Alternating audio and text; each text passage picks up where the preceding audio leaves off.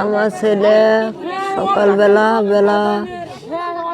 7টা 8টার দিকে মনে হয় 8টার দিকে ভেবে উঠি গাড়ির চড়ে হাটে নিয়ে আসে আইসে ওই মানুষকে নামা দিয়ে আছে তো ওই মানুষগুলো যে আমাকে থুয়ে আসে বাড়ি তা আমার ছেলে বলে আজকে যে না আমি যাইতে পারবো না আমার পেটের অসুখ আমি ওষুধ খাবো বাড়ির যে লাহারি খাবো ভাই আপনি যান ওই আর যায়নি ওই অমনি তুই যাবি না কেন তুই ভাড়ালি মুই না বুঝলে অমনি মারতে মার